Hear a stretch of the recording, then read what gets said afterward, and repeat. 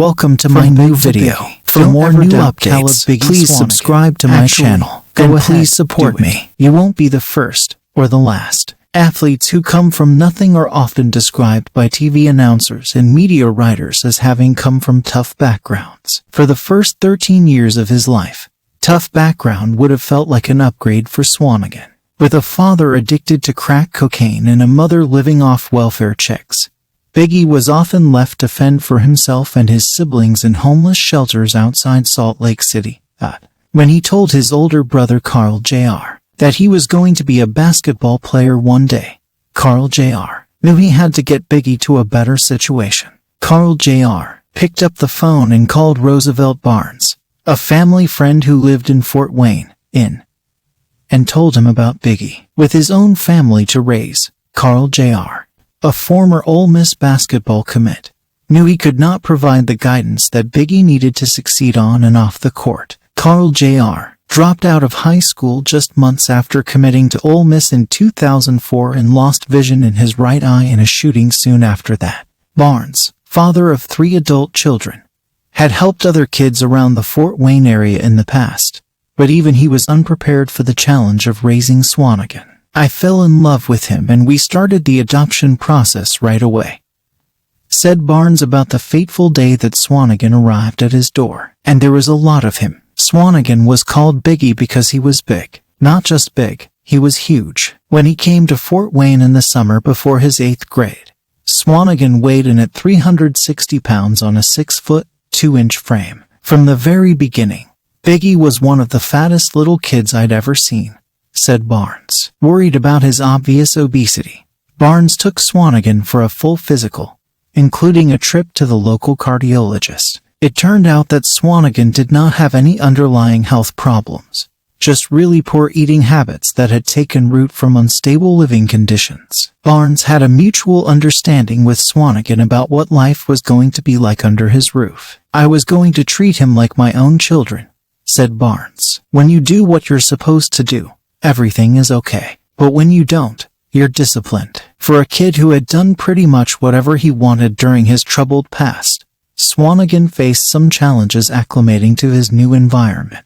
Barnes recalls a night where Swanigan took out a box of Wheaties and gallon of milk to eat some cereal. There was a transition period for sure, he chuckled. When Barnes returned, Biggie was sitting next to an empty gallon jug and a couple crumbs left over from the once full box of cereal. I hope you enjoyed that because you're not going to live like that anymore, Barnes told Swanigan, and later the Bleacher Report in an interview. When I spoke to Barnes last week, he acknowledged the growing pains that came with adjusting to a new home at such a malleable age. A kid who had seen so much suffering needed structure, but more importantly, encouragement. Barnes acknowledged that one of the first things he committed himself to doing was telling Swanigan that all of this is possible.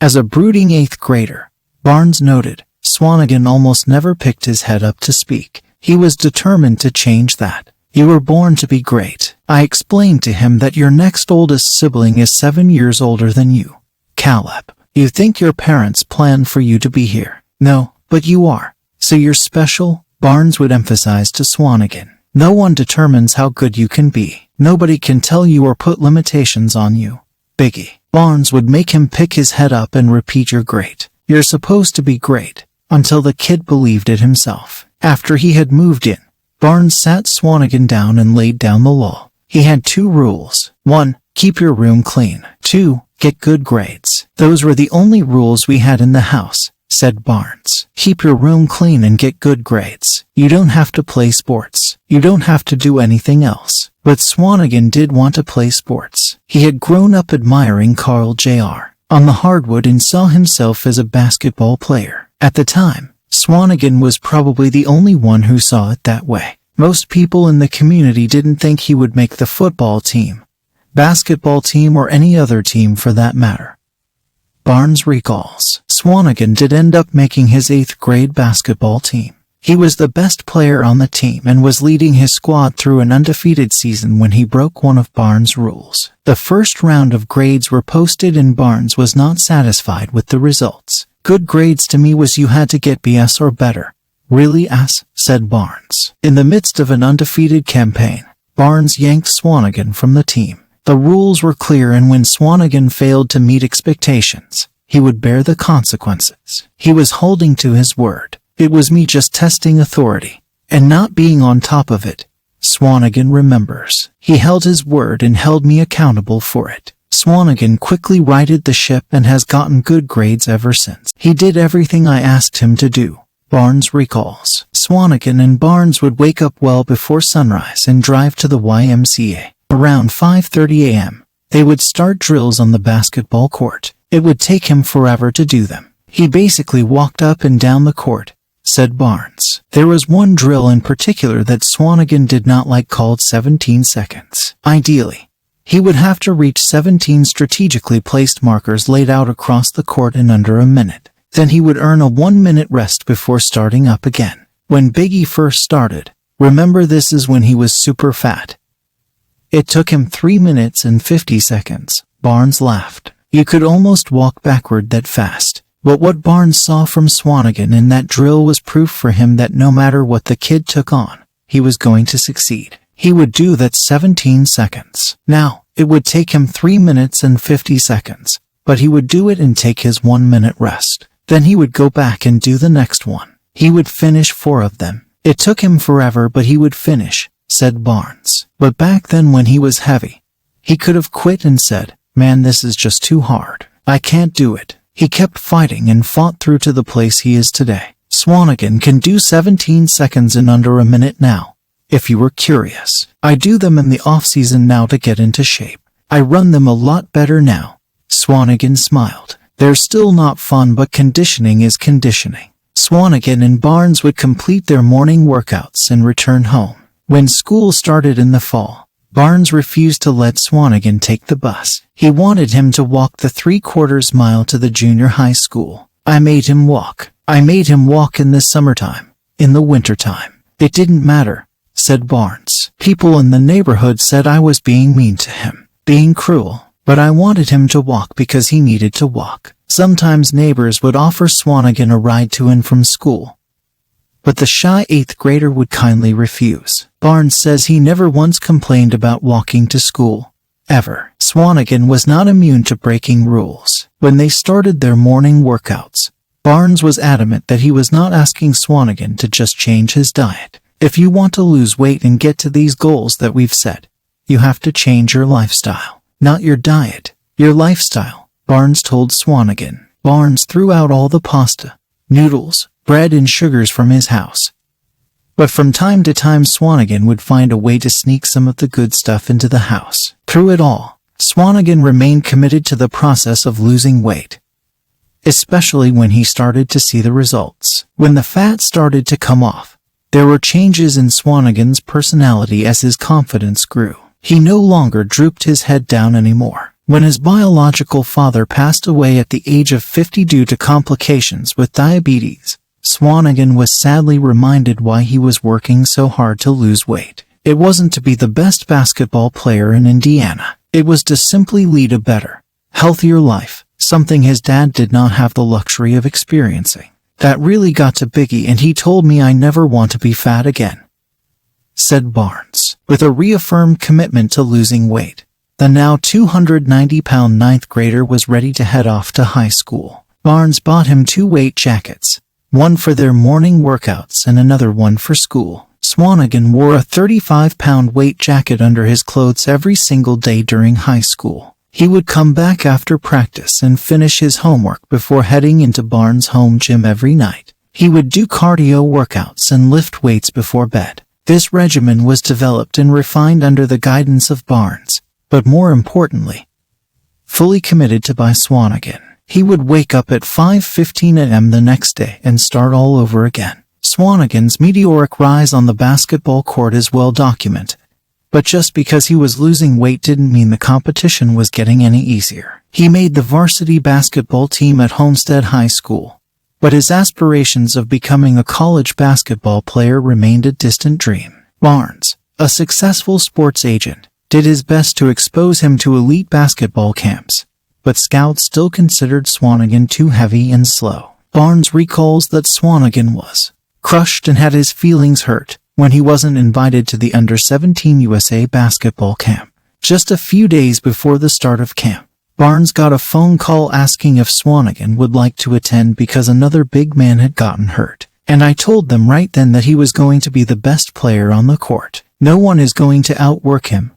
said Barnes. Swanigan showed up with a burning passion to prove the scouts wrong. He impressed the coaches so much that he went from being an alternate to making the official Under-17 USA basketball roster. Swanigan ended up leading the team to a gold medal in Dubai that summer. Swanigan repeated his spectacular performance for the Under-19 squad, but the list of doubters continued to grow. People told him that he couldn't win at Purdue. This is another thing that drives him and why he's so obsessed with Purdue winning. All the people were telling him what he couldn't do. So many people told him, if you go to Purdue you can't win a championship, said Barnes. There is no question that Swanigan is the Boilermakers' leader on the court. They go as he goes. If we look at his history of proving the doubters wrong, there is a good chance no. 50 will not give up on Purdue's championship hopes without a fight.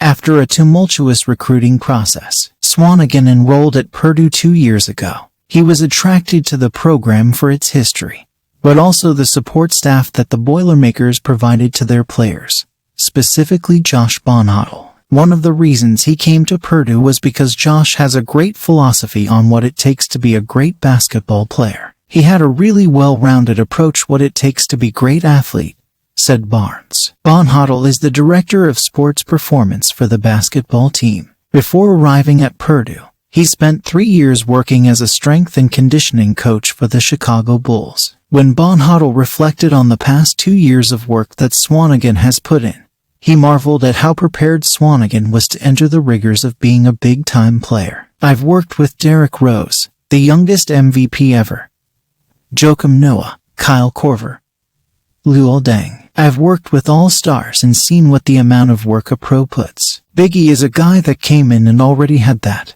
said Bonhotal. At that level and this level you're often teaching them how to be pros. Biggie already knew how to be a pro, and that's a tribute to first and foremost Biggie, but also to Roosevelt and his experience. Taking a professional attitude might have been instilled in Swanigan early in his basketball career, but the big man has taken it to a whole new level since he got onto campus. He arrived at West Lafayette weighing in at around 270 pounds in 2015.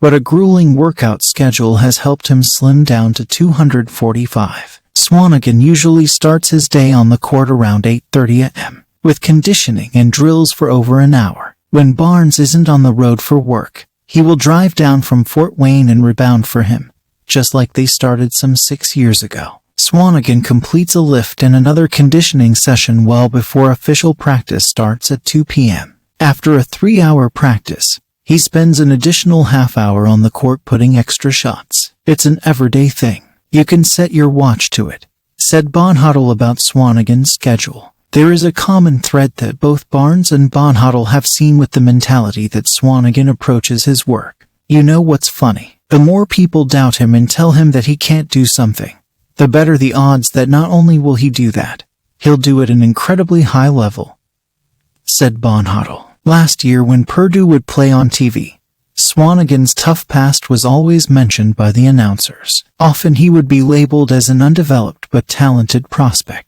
They would always talk about Swanigan like he had yet to arrive to the big time. They don't have to talk about that anymore. Now, they marvel when he towers above other big men to snatch rebounds barely off the rim. Now, they chuckle at an opposing coach who can't figure out how to stop Swanigan on an off night when he posts another 20-10 game. These days, people just admire a great Purdue basketball player. Former NBA player Caleb Swanigan dies at 25. Former NBA player and Purdue Boilermaker Caleb Swanigan passed away from natural causes at the age of 25 on Monday night at a Fort Wayne hospital, according to the Allen County Coroner's Office. Swanigan was named Indiana's Mr. Basketball 2015 his senior year at Homestead High School in Indianapolis, Indiana, and led the team to the state championship. Highly recruited, Swanigan signed with Purdue after initially committing to Michigan State. Swanigan averaged 14.4 points, 10.4 rebounds, and 2.4 assists per game in 2 seasons at Purdue. He was named the Big Ten Player of the Year, a consensus first-team All-American, and a finalist for the Naismith Award his sophomore season. He entered the 2017 NBA Draft, and the Portland Trail Blazers selected him No. 26. The 6'9" Swanigan played 3 years in the NBA with the Trail Blazers and the Sacramento Kings, averaging 2.3 points, 2.9 rebounds, and 0.7 assists. He was picked up by Portland for a second stint in February 2020 but decided not to join the team in the Orlando bubble when play resumed after the COVID halt. Citing personal reasons, Swanigan was arrested several months later, in December 2020, for drug possession and appeared out of shape in his mugshot. One of 6 children, Swanigan, known as Biggie, contended with childhood obesity and homelessness as a middle schooler, per Wayne TV 15 in Fort Wayne, Indiana. Wayne TV Sports covered Swanigan's first high school game, a 48-42 Homestead win against Huntington North on November 21, 2012. Swanigan earned an educational history diploma from Purdue and helped organize a fundraiser for homelessness, per Fox 15.